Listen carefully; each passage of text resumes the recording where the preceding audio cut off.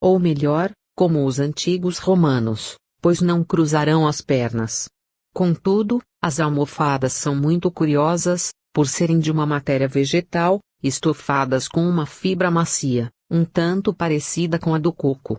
São laváveis e, com efeito, são frequentemente lavadas. Ao ir ao templo, à biblioteca ou a qualquer reunião pública, cada qual levará a sua almofada consigo, porém nas casas residenciais as haverá em grande quantidade para serem usadas por qualquer um. Existirão mesinhas baixas, ou melhor, estantes, que podem abrir-se para transformar-se em mesas. O pavimento será de mármore ou de uma pedra polida como mármore, de formosa cor carmesim.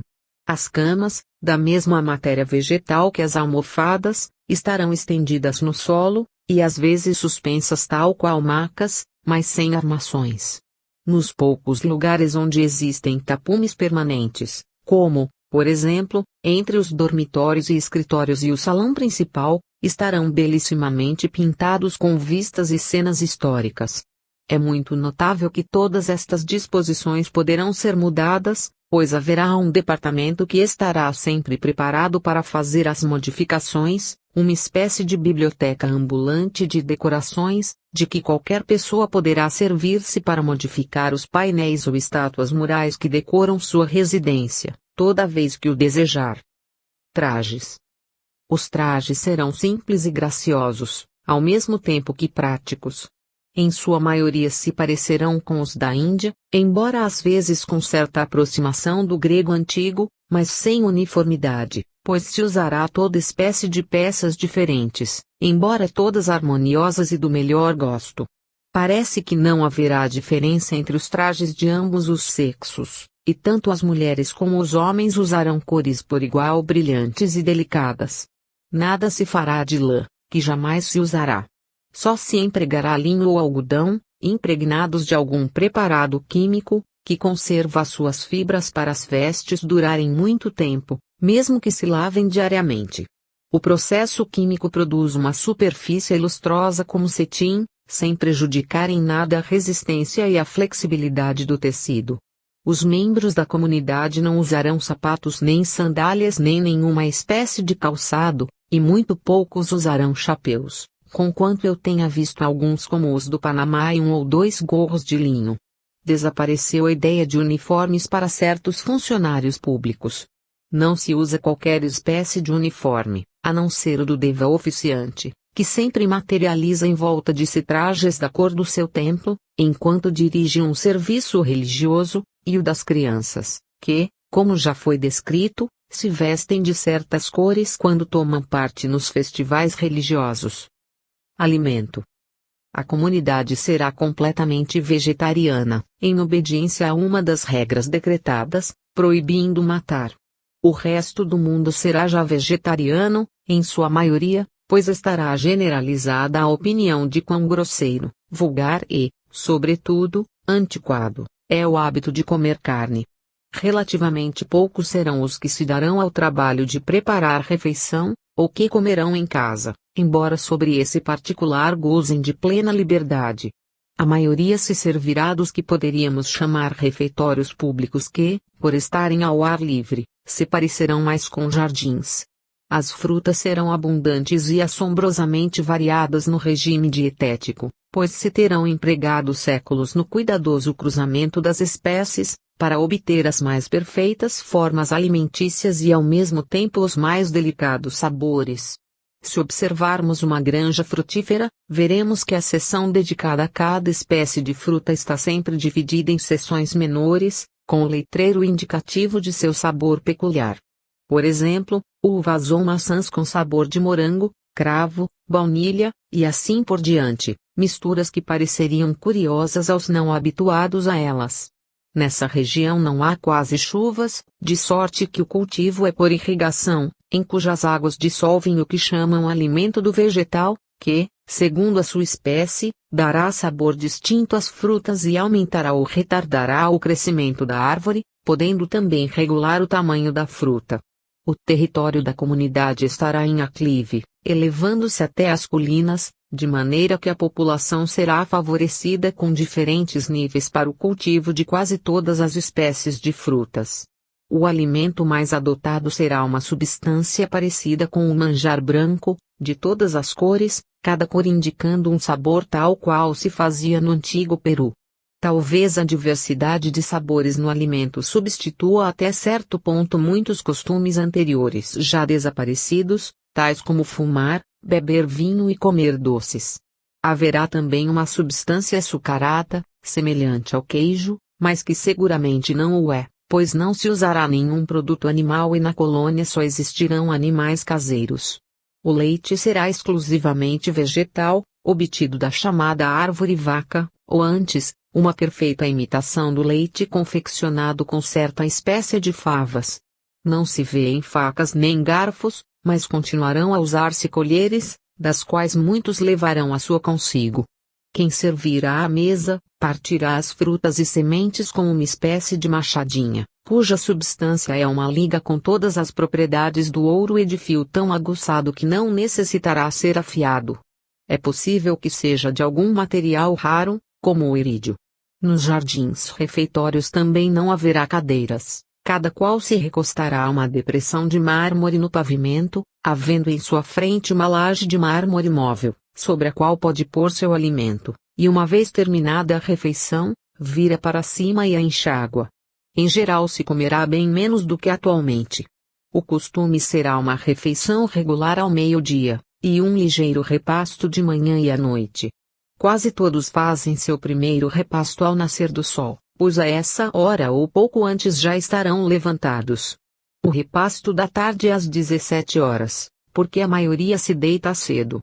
Pelo visto, ninguém comerá muito à tarde, mas neste ponto será completa a liberdade individual, de maneira que cada um faça o que lhe apraz. Não observei beberem chá nem café, e, na verdade, parece que as bebidas serão poucas. Talvez por comerem tanta fruta. Em todas as partes haverá abundância de água, apesar da escassez das chuvas, pois disporão de enormes obras para destilar a água do mar, que elevarão a elevada altura para distribuí-la prodigamente.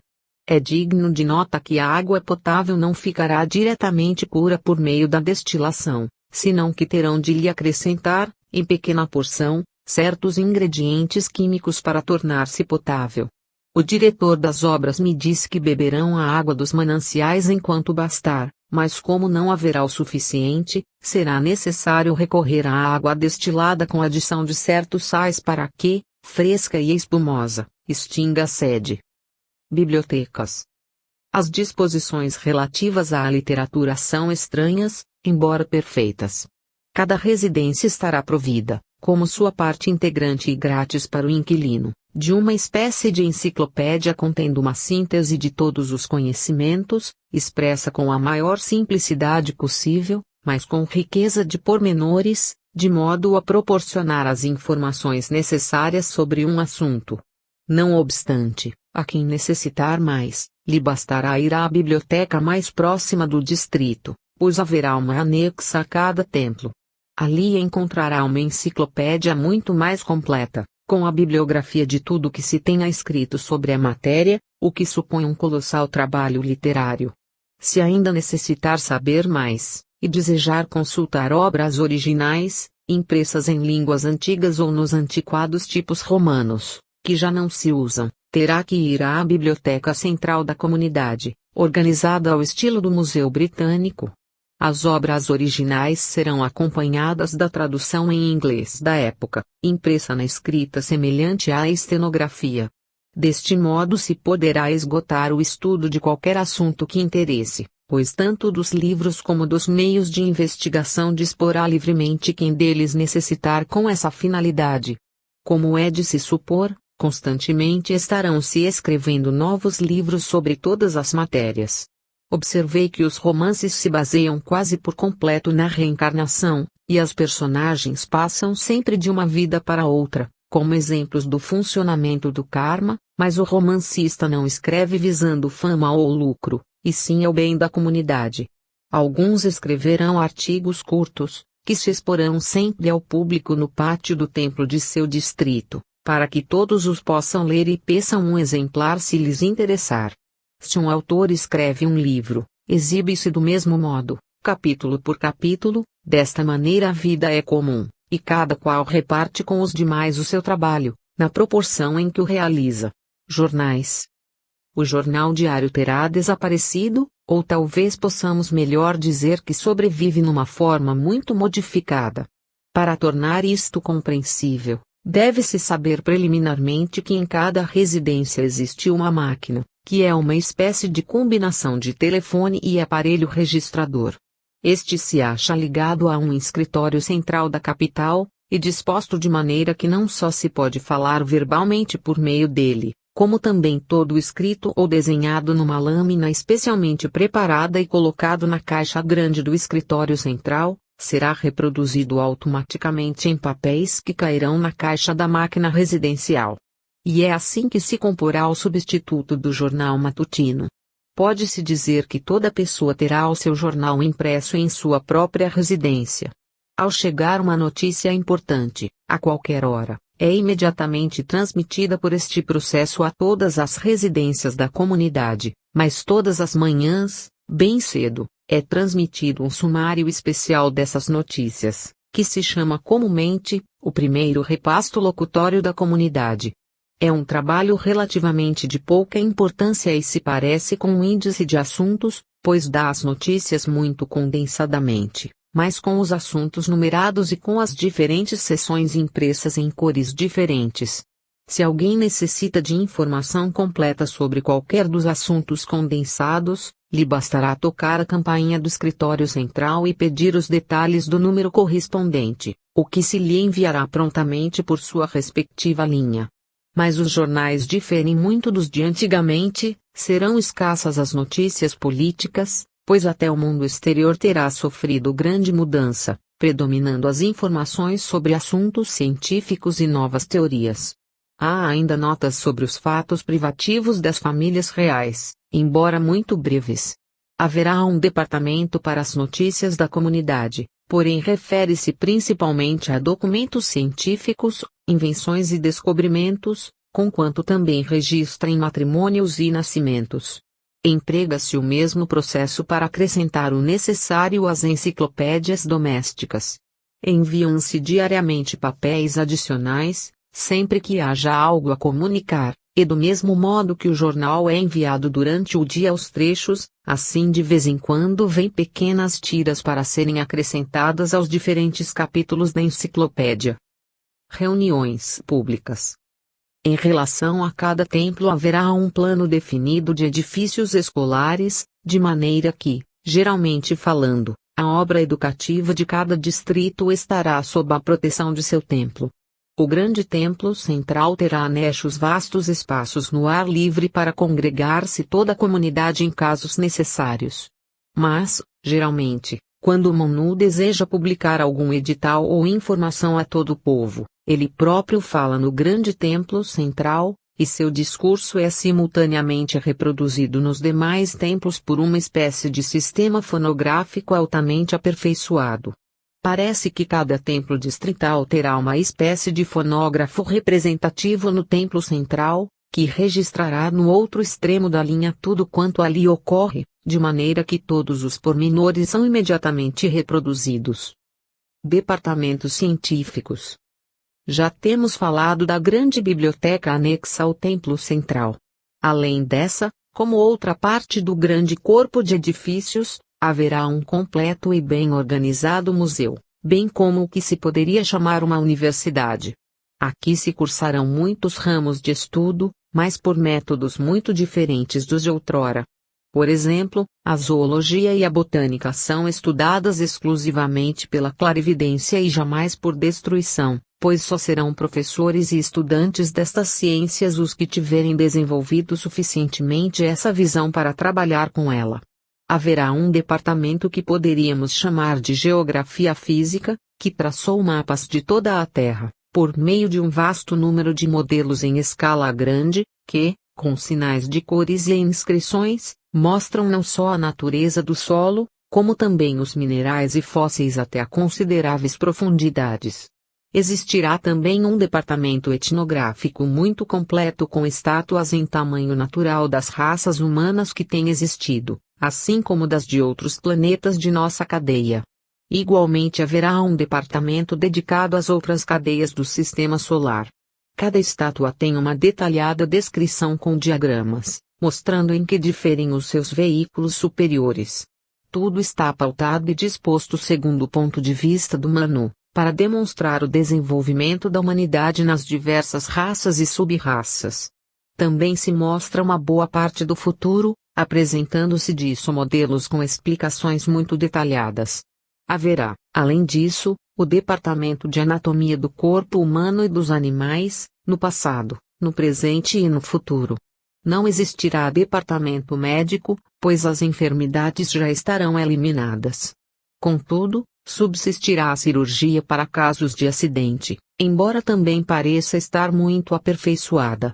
Serão necessários muito poucos professores deste ramo, porque os acidentes serão raros.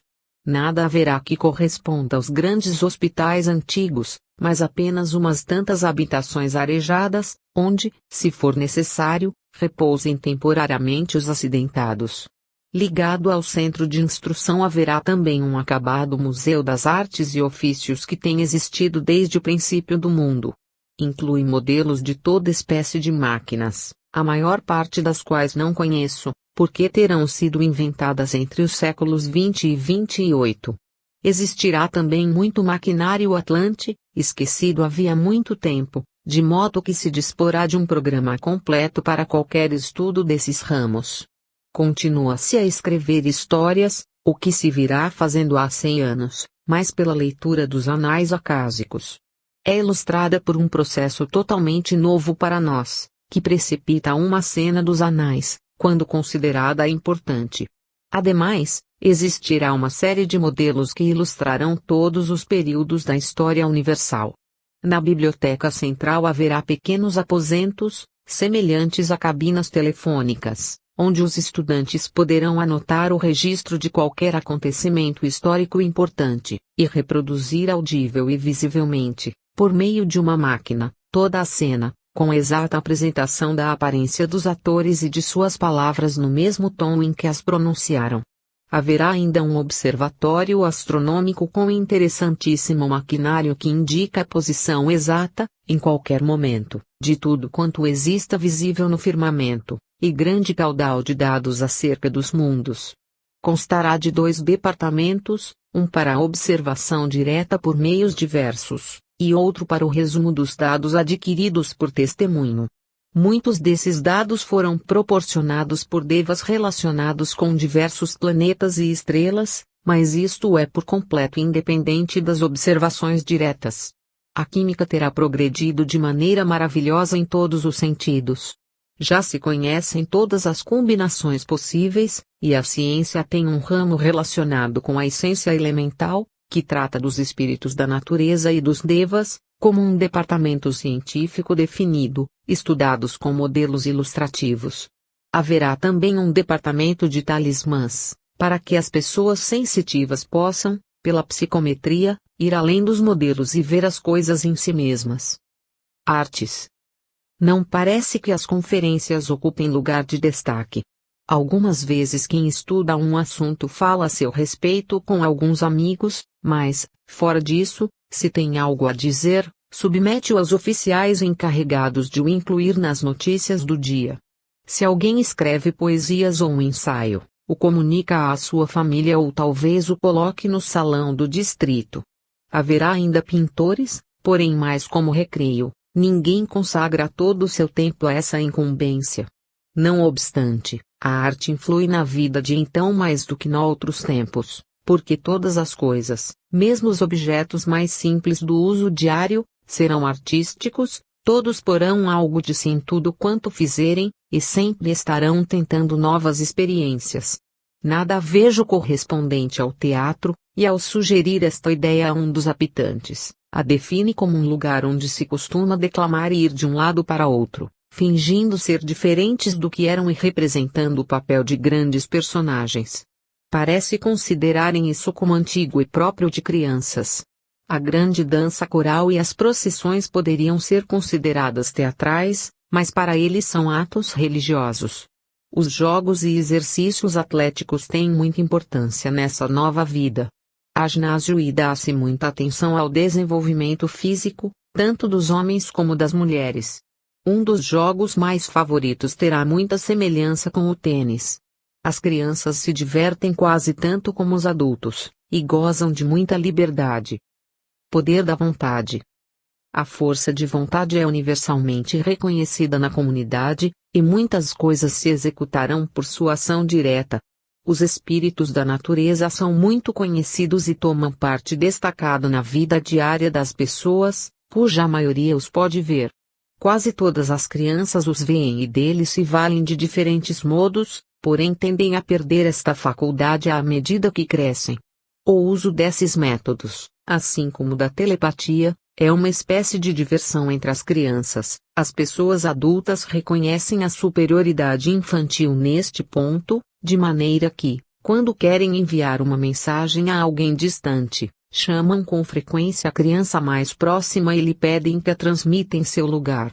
Podem enviar telepaticamente a mensagem a uma criança que se acha em outro extremo, a qual imediatamente a leva à pessoa interessada, e isto parece constituir um método de comunicação de muita confiança. Os adultos costumam perder esta faculdade na época de seu matrimônio, mas alguns a conservam, por mais que neles requer esforço muito maior que nas crianças. Condições econômicas. Esforçamo-nos por compreender as condições econômicas da colônia, mas não nos foi fácil entendê-las. A comunidade se bastará inteiramente a si mesma, produzindo tudo o necessário. A única importação são manuscritos antigos, livros e objetos de arte, pagos sempre pelos oficiais da comunidade, que dispõem de certa soma de dinheiro do mundo exterior, trazido pelos turistas ou visitantes. Terão também aprendido o segredo de fazer, por meios químicos, ouro e joias de várias espécies, que empregam com frequência para pagar o pouco que trazem de fora. Se um indivíduo da comunidade deseja algo do mundo exterior, avisa o oficial mais próximo, e então se lhe determina algum trabalho, além do normal para satisfazer o valor correspondente. Todos trabalharão pelo bem da comunidade, mas, geralmente, se deixa a cada qual que escolha a profissão que quiser. Não se considerará nenhum trabalho mais nobre que outro, nem haverá a menor ideia de castas. A criança, em certa idade, escolhe o que quer fazer, e sempre pode mudar de trabalho, dando o necessário aviso. A educação será gratuita, mas a instrução gratuita da Universidade Central só se dará aos que tiverem demonstrado aptidão especial nos ramos a que desejam dedicar-se. A alimentação e o vestuário serão fornecidos gratuitamente a todos, ou melhor, a cada pessoa será entregue periodicamente certo número de fichas em troca das quais pode ela comer em qualquer refeitório da colônia, ou, se o preferir, adquirir em certos grandes armazéns os gêneros que puder levar para sua casa e preparar como quiser. Este mecanismo parece complicado aos forasteiros, mas funciona com a maior simplicidade entre aqueles que o entendem bem. Todos trabalharão para a comunidade, e nesse trabalho está incluída a produção da alimentação e vestuário, que depois se repartem.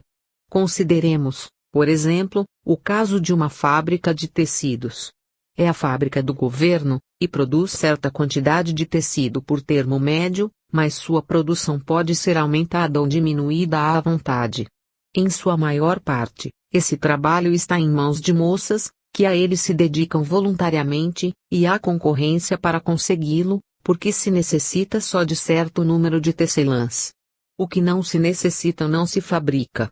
Se se necessita de tecido, ali está a fábrica que o produz, do contrário, aguarda manifestar-se a necessidade. O superintendente encarregado do depósito de tecidos do governo, calcula que durante tal época precisará de certa quantidade de tecido, e que tendo em conta os estoques, necessita de completar com tanto, e isto é o que ele pede. Se não necessita de nenhum, diz simplesmente que há o suficiente. A fábrica jamais se fechará, embora variem consideravelmente as horas de trabalho. Ao observar essa fábrica, vejo que os operários são, em sua maioria, mulheres muito jovens, que trabalham muito pouco, limitando-se a dirigir as máquinas, e a cuidar de seu bom funcionamento.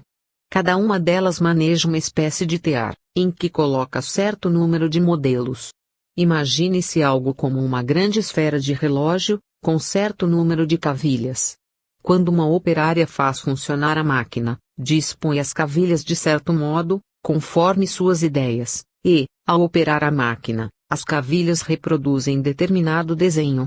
A operária pode dispor a máquina de maneira a produzir 50 tecidos, cada um de modelo distinto, e a deixa funcionar sozinha. Cada moça dispõe sua máquina diferentemente, segundo sua arte, e cada peça é distinta das demais, a menos que a máquina reproduza a mesma lista depois de haver concluído as 50. Entretanto, depois de postas em marcha as máquinas, as moças não têm a fazer outra coisa senão observá-las de vez em quando, pois o maquinismo é tão perfeito que jamais falha.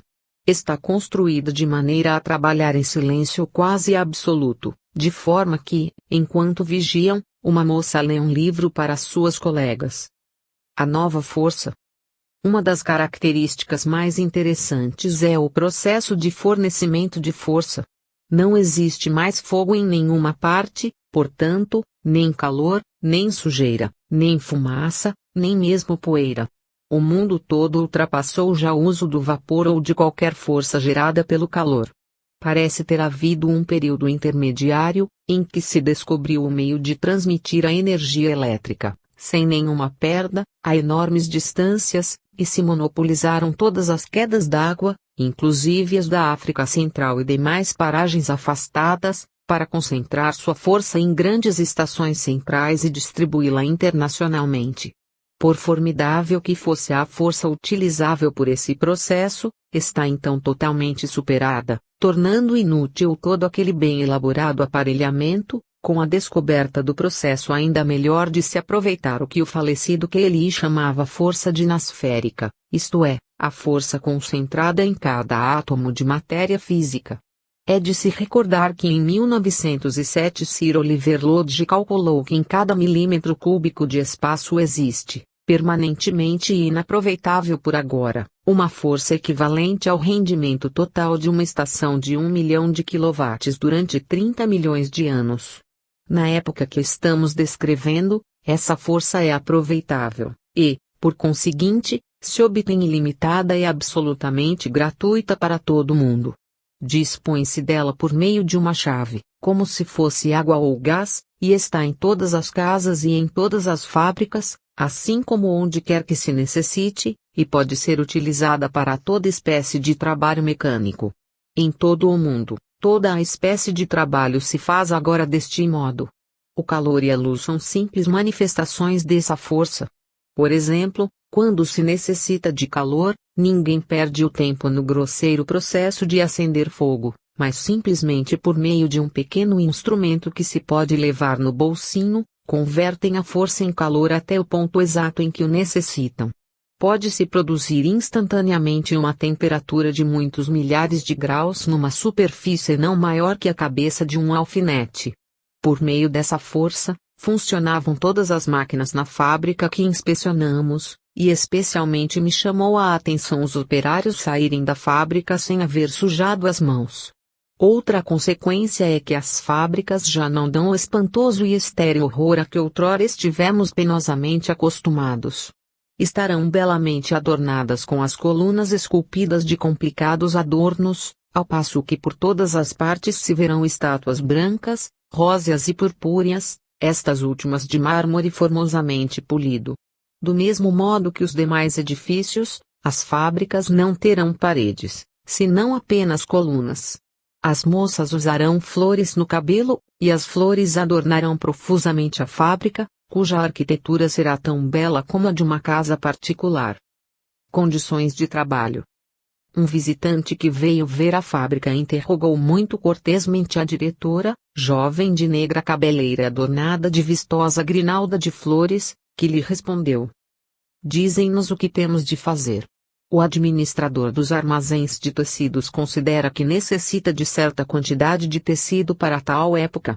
Umas vezes é necessária pouca, outras muita, mas sempre alguma, e nós trabalhamos nessa conformidade.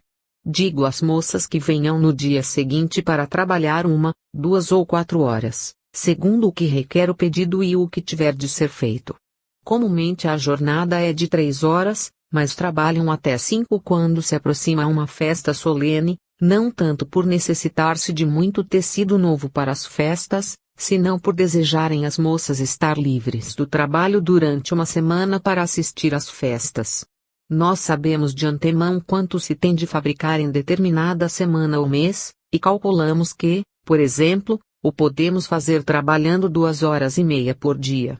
Mas se as moças desejam uma semana livre para uma festa, podemos fazer numa semana o trabalho de 2, trabalhando 5 horas por dia nessa semana, e na seguinte folgamos por completo, entregando a requerida quantidade de tecido no tempo devido.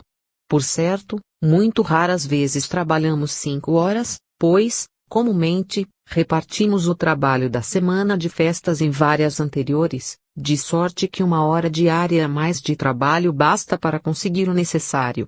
Cada moça necessita com frequência de um dia livre, e sempre pode dispor dele, ou seja, pedindo a uma amiga que a substitua, ou seja, trabalhando suas colegas, com satisfação, uns minutos a mais para ela, a fim de completar a quantidade que lhe corresponde. Todas são amigas muito boas e felizes. Quando têm um dia livre, geralmente vão visitar a biblioteca central ou a catedral, e para isso necessitam todo dia. Um visitante do mundo exterior se admirava de que alguém trabalhasse sem que ninguém obrigasse, e perguntou a razão, mas tal pergunta causou estranheza aos colonos. Como? Respondeu um deles. Estamos aqui para trabalhar. Se há trabalho para fazer, o fazemos por ele, se não o há, é uma coisa calamitosa, mas ele sabe o que faz. Este é outro mundo. Exclamou o visitante. Mas que outro mundo é possível? Perguntou o colono. Para que existe o homem? O visitante evita a discussão e pergunta, mas quem o manda trabalhar, quando e onde? Quando a criança atinge certa idade, replicou o colono, os pais e professores o observaram já cuidadosamente, para ver em que sentido se orientam as suas atividades. Então a criança escolhe livremente segundo sua vocação, mas tendo em conta os conselhos daqueles que o ajudam. Dizemos que o trabalho deve principiar a esta ou aquela hora, mas isto é questão de convênio diário entre os operários. Houve alguma dificuldade em manter esta conversação, porque ainda que o idioma seja o mesmo, introduziram-se muitas palavras novas e a gramática está muito modificada. Por exemplo, há um pronome genérico comum, que significa ele ou ela. É provável que essa inovação tenha sido necessária, porque as pessoas se lembram, e com muita frequência têm de falar, de encarnações em ambos os sexos. Em todas as demais fábricas que vimos, os métodos de trabalho eram pouco mais ou menos idênticos, isto é, em todas as partes se trabalhava vigiando o funcionamento das máquinas, e de vez em quando se ajustava alguma peça ou as punha de novo em marcha. Em todas se trabalha poucas horas, menos nos refeitórios públicos, cujo pessoal não se pode ausentar simultaneamente porque as refeições têm de ser postas a toda hora, de sorte que sempre precisa haver quem as sirva e ninguém pode retirar-se o dia todo sem prévia combinação. Em todos os lugares em que se requer assistência constante, como sucede nos refeitórios, em certas tendas e outros departamentos que vimos, parece que existe uma esmerada escala de revezamentos. Há mais pessoal do que se necessita no momento, de modo que só uma parte se acha em serviço. Por exemplo, o cozimento ou preparação dos alimentos nos refeitórios, faz um homem ou uma mulher ao meio-dia, outro pela manhã, e outro à tarde, tendo cada qual umas 3 horas de serviço. A arte culinária sofreu completa transformação. A cozinheira se senta diante de uma espécie de quadro em que há um denso amontoado de botões ao seu alcance. Por um telefone lhe chegam os pedidos dos alimentos solicitados. Ela comprime certos botões que esguicham o sabor solicitado no manjar branco, por exemplo, que em seguida é lançado numa espécie de tubo, pelo qual se desliza até o servente, que o aguarda e recebe no jardim embaixo. Em alguns casos se requer a aplicação do calor, mas isto também o faz a cozinheira sem deixar seu assento, por meio de outra série de botões. Certo número de mocinhas de 8 a 14 anos se aglomera ao seu redor, esperando suas ordens. São, indubitavelmente, aprendizes que se vêm a despejar líquidos de garrafinhas e também misturar outros alimentos em tigelinhas. Mas, mesmo entre essas mocinhas, se uma delas necessita de um dia ou semana de folga, solicita de uma outra que a substitua, ao que nunca se nega, e ainda que a substituta costume ser pouco hábil, suas companheiras se comprazem em ajudá-la, para que não surja nenhuma dificuldade. Sempre há nesses assuntos muita troca de ajuda mútua, mas talvez o mais notável seja a boa vontade demonstrada, pois todo mundo anseia por ajudar os demais, sem que a ninguém ocorra a pensar que está sendo tratado com injustiça ou abuso. Também agrada ver, como já dissemos, que nenhum trabalho é considerado inferior a outro, pois já não existem serviços degradantes nem sujos. O de Minas não há, porque tudo necessário se pode produzir alquimicamente, com menor esforço. É tal o conhecimento do lado interno da química, que se pode fazer tudo por seu intermédio, mas algumas coisas são difíceis e, portanto, impraticáveis para o uso comum. Há muitas combinações que não eram conhecidas no mundo antigo. Todos os trabalhos agrícolas são então executados mecanicamente, e ninguém mais necessita de cavar nem arar à mão.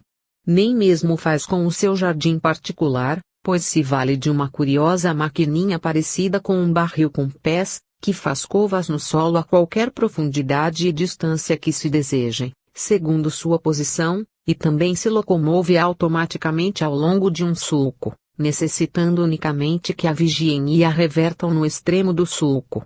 Parece não haver trabalho manual, na antiga acepção da palavra, porque até as máquinas são construídas mecanicamente, e ainda que necessitem de lubrificantes, são muito limpas. Realmente, não há nenhum trabalho inferior nem sujo. Nem mesmo esgotos existem, pois tudo é transformado quimicamente, que depois se recolhe como um pó cinzento e inodoro, algo semelhante à cinza, que é utilizada como adubo para o jardim.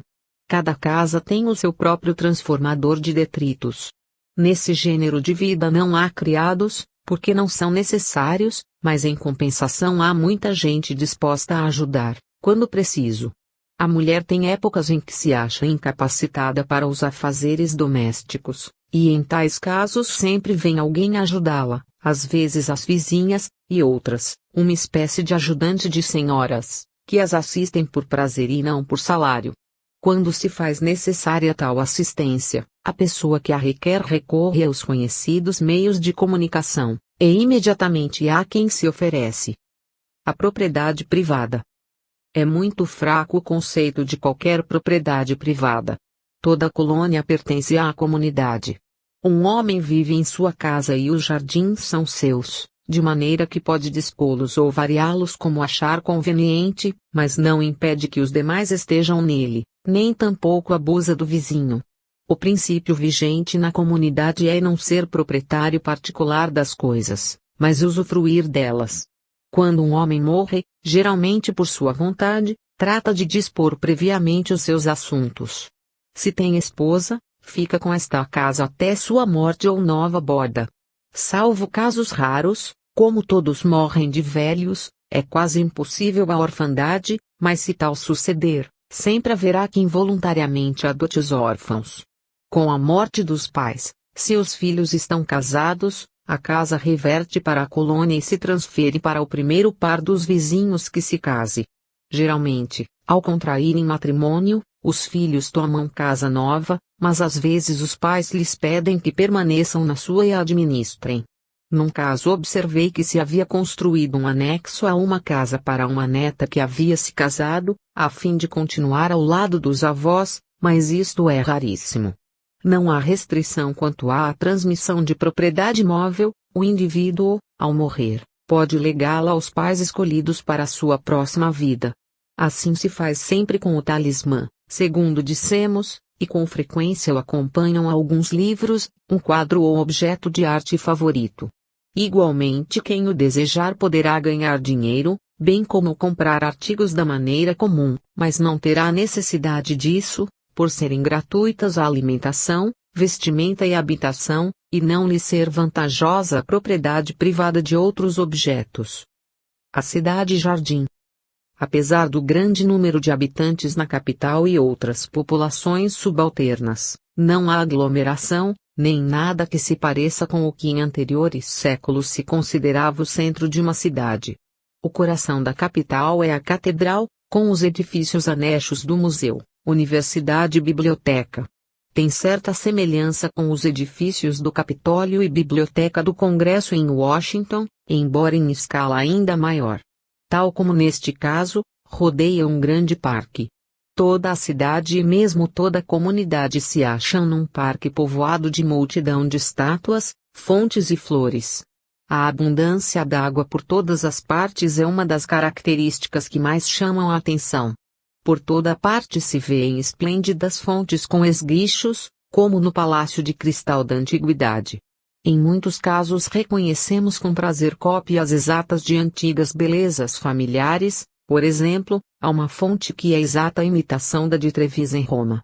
As vias de comunicação não se parecem em nada com as antigas ruas, com as casas bastante apartadas, pois não é permitido construí-las em distância menor da mínima estabelecida entre elas.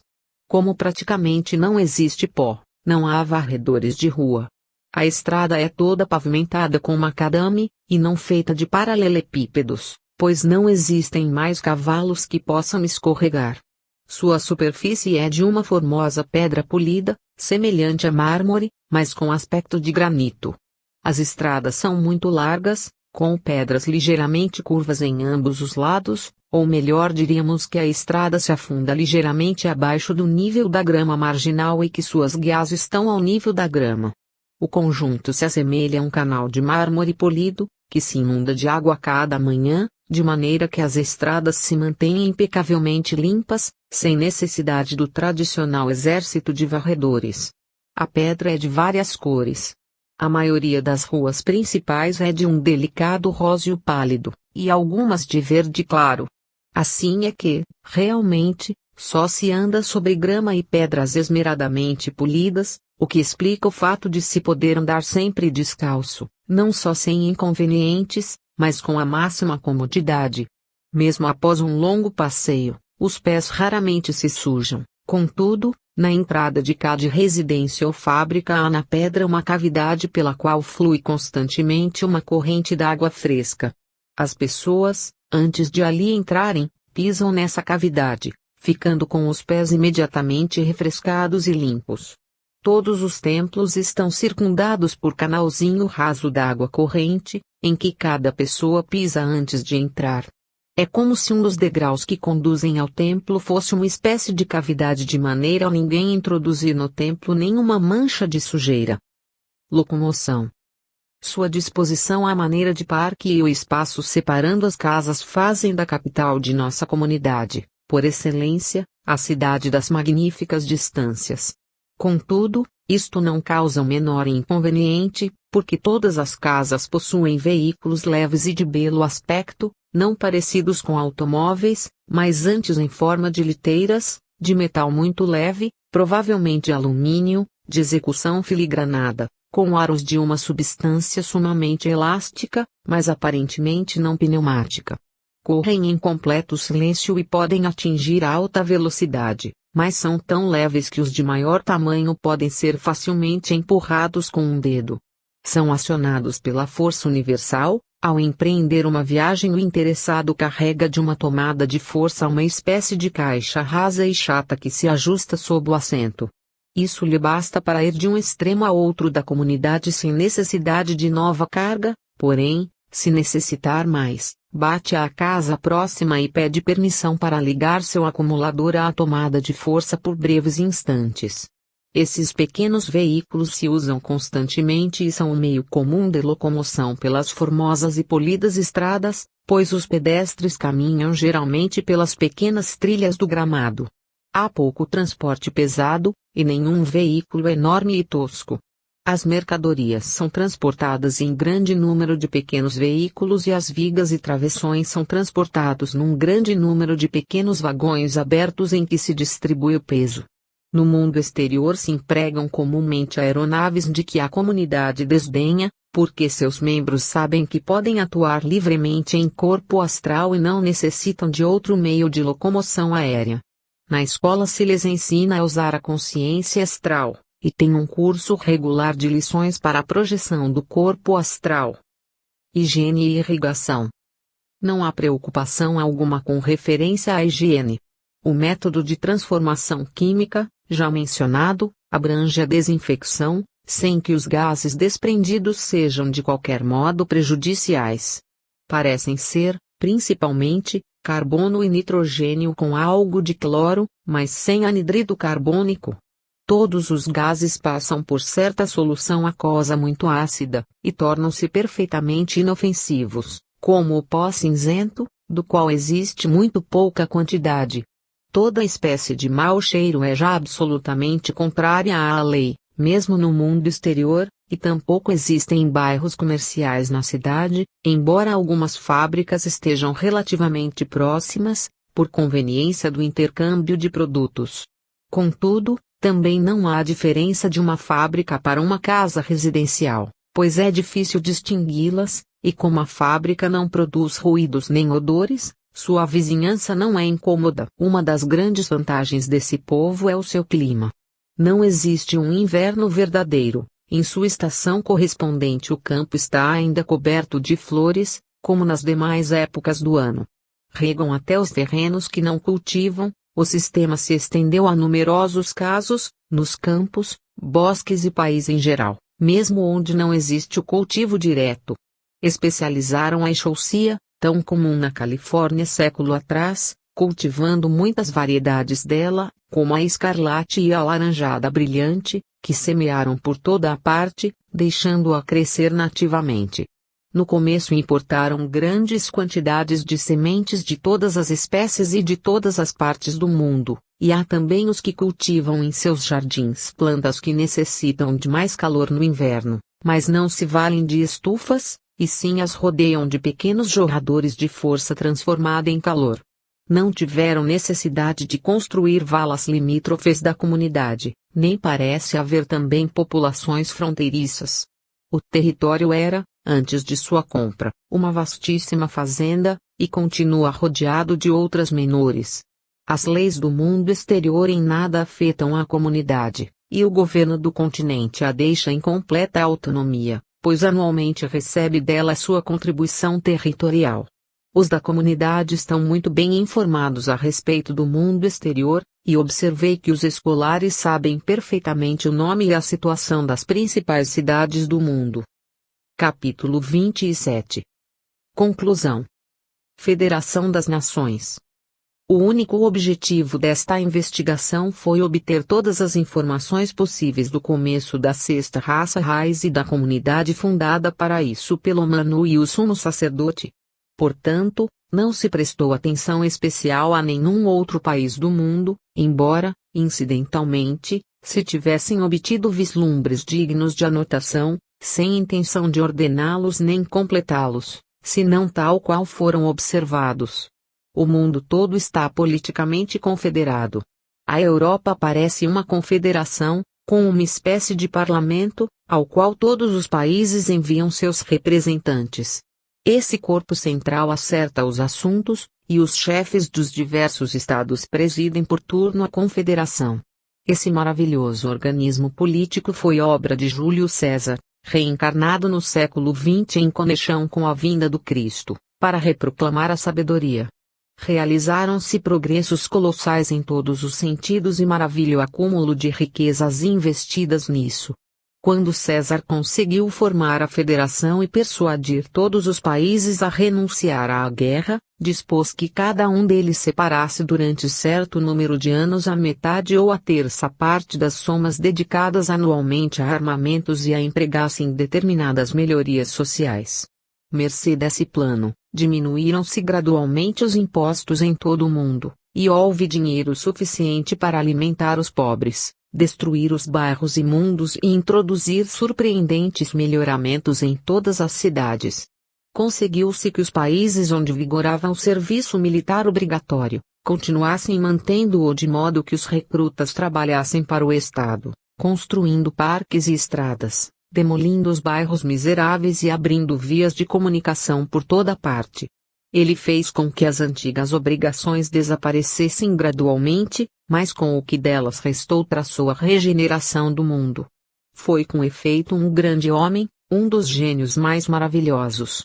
No princípio parece ter havido distúrbios e disputas, mas César reuniu um grupo de homens plenamente hábeis, uma espécie de gabinete dos melhores organizadores que o mundo tem produzido, reencarnações de Napoleão, Cipião, o africano, Akbar e outros, uma das mais seletas equipes de homens como jamais houve, para agir praticamente.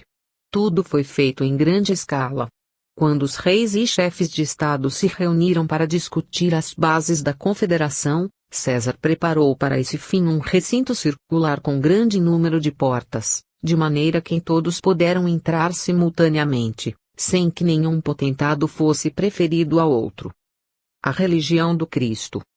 César dispôs o mecanismo dessa maravilhosa revolução, mas, em grande parte, sua obra foi possibilitada pela vinda e pregação do Cristo, que abriu uma nova era sob todos os conceitos, não só no aspecto externo como também no sentimento interno.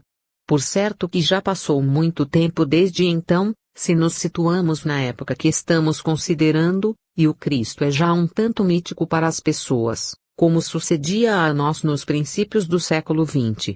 A religião do mundo é agora a que ele fundou, isto é, a religião, e não há outra de real importância, ainda que sobrevivam algumas em geral toleradas desdenhosamente como religiões fantásticas ou estranhas superstições. Há indivíduos que professam a antiga forma de cristianismo e os que, em nome do Cristo, se recusaram a recebê-lo quando reapareceu em nova figura. A generalidade considera esse povo como irremediavelmente fora da época. Considerada em conjunto, a situação do mundo inteiro é evidentemente mais satisfatória do que nas anteriores civilizações. Os exércitos e as armadas desapareceram totalmente ou só resta deles uma resumida força policial.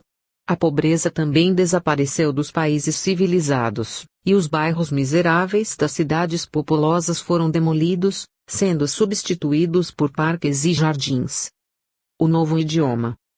Essa curiosa variação do inglês, escrita numa espécie de estenografia, com muitos sinais diacríticos, tem sido adotada como língua internacional, comercial e literária.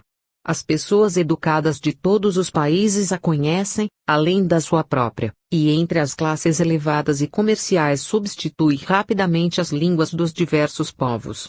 O povo fala ainda os antigos idiomas, mas reconhece que o primeiro passo para se ser algo no mundo depende de aprender a língua universal. A maioria dos livros está impressa nela, a menos que se tenham expressamente escrito para os homens comuns. Desta maneira é possível que um livro circule muito mais que antes. Há ainda professores universitários e eruditos que sabem as línguas antigas, mas estão em escassa minoria. Os livros bons de todas as línguas foram há muito tempo traduzidos para a língua universal. Em todo o país, grande parte das classes média e elevada conhece outra língua, e só emprega do país as palavras necessárias para se entenderem com criados e operários. Contribuiu poderosamente para essa mudança o novo e aperfeiçoado método de escrita e impressão, aplicado primeiro ao inglês, e que por esta razão se adapta melhor que qualquer outra língua. Observei que na comunidade os livros estão impressos em papel verde pálido, com tinta azul escuro, por causa, segundo entendo, de ser muito menos prejudicial à vista do que o antigo processo de negro sobre o branco. Esse processo está se difundindo pelo resto do mundo. E a civilização abrange já muitos países antes selvagens e caóticos, pois naqueles rápidos vislumbres que tive, nada vi que se parecesse com selvagens. As nações antigas. Os povos não transcenderam ainda o sentimento nacional, e ainda que tenham cessado as guerras, cada nação pensa orgulhosamente em si mesma. A maior vantagem é que já não se temem umas às outras, nem há receios, havendo pois maior fraternidade. Mas no conjunto, os povos não mudaram muito, apenas o seu lado bom terá mais oportunidade para se expandir. Não se operou ainda uma grande fusão das nações, a maioria continua a casar-se com seus vizinhos, pois os cultivadores do solo tendem a radicar-se no mesmo lugar. O crime aparece de quando em quando, ainda que muito menos que antes, pois, no geral, todos sabem mais do que antes e estão muito mais satisfeitos. A nova religião se estendeu muito, e sua influência é indubitavelmente forte. É uma religião inteiramente científica, de sorte que, embora a religião e a ciência permaneçam ainda como instituições separadas, não se acham mais em oposição, como outrora. Naturalmente o povo ainda discute, mas assuntos diferentes dos que tão bem conhecemos. Por exemplo, discutem-se as diversas classes de comunicações espiritistas, e se é ou não prejudicial dar atenção aos cascarões astrais, excetuando os permitidos e garantidos pelas autoridades ortodoxas da época. Em todas as partes há escolas, mas não sob a inspeção e domínio da Igreja, que só educa seus ministros. Não há mais necessidade de filantropia, pois desapareceu a pobreza. Há ainda hospitais dependentes do governo. Todos os artigos necessários à subsistência estão controlados, não havendo, pois, sérias flutuações em seus preços. Todos os artigos luxuosos e supérfluos estão ainda em mãos do comércio particular, como também os objetos de arte e outros semelhantes. Mesmo nisto, porém, não parece haver tanta competição e divisão de negócios. Se alguém abre uma loja para a venda de adornos e artigos semelhantes, não é provável que outro se estabeleça ali próximo, simplesmente porque não haveria consumo suficiente para os dois. De todos os modos, não está restringida a liberdade de comércio. Terras e minas. Estão muito mudadas as condições da propriedade privada das terras, minas e indústrias. Grande parte, pelo menos, da terra se obtém do Estado mediante uma espécie de arrendamento, e reverte incondicionalmente ao Estado ao fim de 1000 anos, com o direito de reavê-la em qualquer época, sob certas compensações. Enquanto isso, pode-se transmitir de pais a filhos, ou vendidas e divididas, mas nunca sem o consentimento das autoridades. Há também consideráveis restrições relacionadas com muitas dessas propriedades, quanto à espécie de edifícios que ali se podem construir. Todas as fábricas de artigos de primeira necessidade pertencem ao Estado, sem prejuízo de quem queira estabelecer outra semelhante. As minas são ainda exploradas, porém muito menos que antes. Os poços e galerias de muitas das antigas minas do norte da Europa servem agora de sanatórios para os raros casos de definhamento por doenças, de afecções bronquiais e outras, por ser sua temperatura igual no verão e no inverno. Observei também instalações para extrair um metal de grandes profundidades, que não posso chamar propriamente de minas, porque são mais poços. Poderia bem ser um moderno tipo de mina muito aperfeiçoado, pois os mineiros efetuam pouco trabalho no fundo, as máquinas é que escavam o solo, cortando e extraindo grandes fatias de minérios. Tudo isto é, em suma, propriedade do Estado, mas em muitos casos são arrendados por particulares.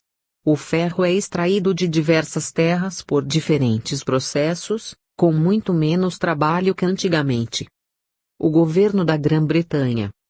O governo da Inglaterra mudou consideravelmente. O poder está em mãos do rei, com ministros à frente de cada departamento. Não há regime parlamentar, e sim um sistema cujo funcionamento não me foi fácil compreender por completo no rápido vislumbre de minha observação. É pouco mais ou menos da natureza do referendum. Todo cidadão tem direito de representações por meio de um corpo de funcionários encarregados de receber as reclamações ou petições. Se as representações mostram alguma injustiça, esta é imediatamente reparada, sem se recorrer a autoridades superiores. As petições são atendidas, se são razoáveis, mas geralmente não chegam até o rei, a menos que haja muitas solicitações idênticas. A monarquia continua sendo hereditária por direito de descendência da estirpe de Cerdique. O Império Britânico parece-nos muito com o do século XX, mas constituiu uma federação anterior à das nações, e, portanto, tem um monarca vitalício, ao passo que a Federação Mundial muda por turno de presidente.